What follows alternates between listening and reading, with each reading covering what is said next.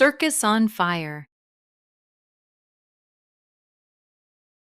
Word spread like music through Little Elderbrook. The Stardust Circus was rolling in on silver-rimmed wagons that very afternoon. 9-year-old Theo and his 7-year-old sister Lyra pressed their noses against the bakery window, watching frosted cupcakes tremble as the parade rumbled past. Their lanky older brother, Callum, home from university for summer break, ruffled their hair. "We'll buy tickets with the first chore money you ever earned," he said, brandishing a jingling pouch the three of them had filled by walking dogs and weeding gardens. Outside, a brass band blared. Painted horses pranced. A unicyclist tossed crimson clubs. But what set Theo's heart drumming fastest was the glimpse of a gleaming menagerie wagon, its bars casting zebra-striped shadows on an enormous gray elephant wearing a crown of marigolds. That evening, lanterns bloomed like giant fireflies around the circus grounds. The smell of buttered popcorn tangled with sawdust and fresh hay. Posters promised lions that leapt through rings of light, parrots that sang in 3 languages, and a tightrope walker who could kiss the moon. Callum bought 3 tickets. "Stick close," he warned. But Theo and Lyra were already tugging him toward the animal pens. They met Calypso the macaw, perched on a wooden branch. "Ah! Pretty day, brave hearts!" she squawked, shaking feathers the color of sunrise. A pair of goats practiced balancing on barrels. Beyond them, zebras with manes like storm clouds grazed under fairy-like garlands. Lyra's sketchbook filled with quick pencil lines. "I'm drawing every creature so we remember them forever," she whispered. A drum roll rolled like thunder. Inside the striped tent, the ringmaster in a sapphire coat declared, "Ladies, gentlemen, and all dreamers, welcome." Jasmine the elephant stamped a painted star into the sawdust. Monkeys in sequined vests cycled in dizzy loops. Lions strutted past smelling of sun-warmed fur and distant savannas.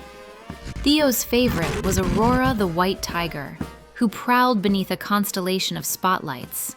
Her cub, Tiny Nova, tried to mimic every move, stumbling over paws too big for her body. When the mother vaulted a blazing hoop, Nova tripped and performed an accidental somersault, landing in a tumble of fluff. The crowd laughed gently. Aurora chuffed with pride. During the break, Callum bought caramel apples. The siblings wandered to the far corner where performers rested. A small tremor of worry hummed in Theo's chest. The tiger cub was nowhere in sight. A soft mule rose from behind a stack of crates. Nova had wriggled into a space between tent canvas and wagon, lured by the sweet smell of sugar. Her leash, meant to keep her safe off stage, was snagged on a rusty nail. Theo knelt. "Easy, little comet," he murmured, remembering how Callum calmed skittish dogs. Lyra tore a page from her sketchbook, folding a paper star and tossing it just out of reach. Nova pounced, freeing the strap and padding beside them. The children guided her back, hearts pounding at their tiny secret adventure. Just as the second act began, a rogue gust of wind flung sparks from a fire breather's torch onto a velvet banner. Flames licked upward with hungry orange tongues. Panic crackled louder than cymbals. Audience members bolted. Performers shouted codes.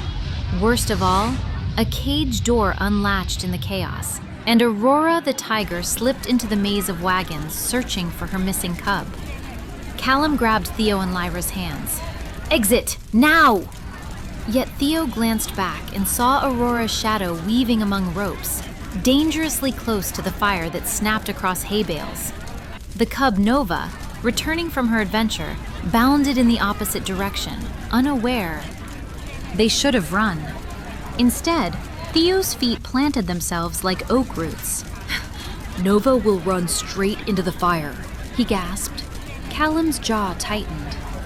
"All right, fast and clever. That's us." He directed screaming ushers to open a side flap away from the blaze. Lyra sprinted to the bandstand, snatching the silver whistle the ringmaster used to cue music. She blew a piercing, unwavering note. Aurora's ears flicked. She turned. Theo tossed Lyra's crumpled paper star, still scented with caramel apple, toward the safe corridor. The cub chased it. Mother followed, guided by the whistle's call and familiar smell of her young. Meanwhile, Callum heaved buckets from the horse trough, dousing sparks until firefighters arrived. Smoke curled like gray snakes, but the worst had been averted. Spectators drifted back, stories of the 3 fearless siblings.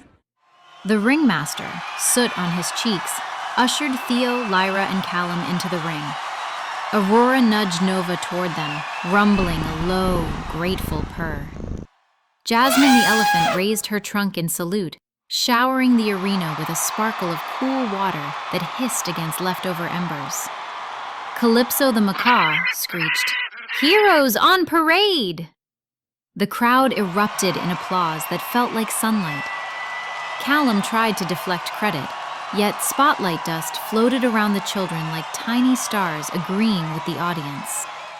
The next morning, the Stardust Circus wagons prepared to roll toward the next town. Theo and Lyra stood by the paddock fence, while the ringmaster presented each of them with a silver ticket stamped "Lifetime Guest." "You reminded us tonight," he said, "that courage isn't loud. It is simply love refusing to stand still." As the brothers and sister watched the procession leave, Lyra tucked the whistle into her pocket. "We didn't tame tigers or outrun flames alone," she mused. "Every animal helped us listen.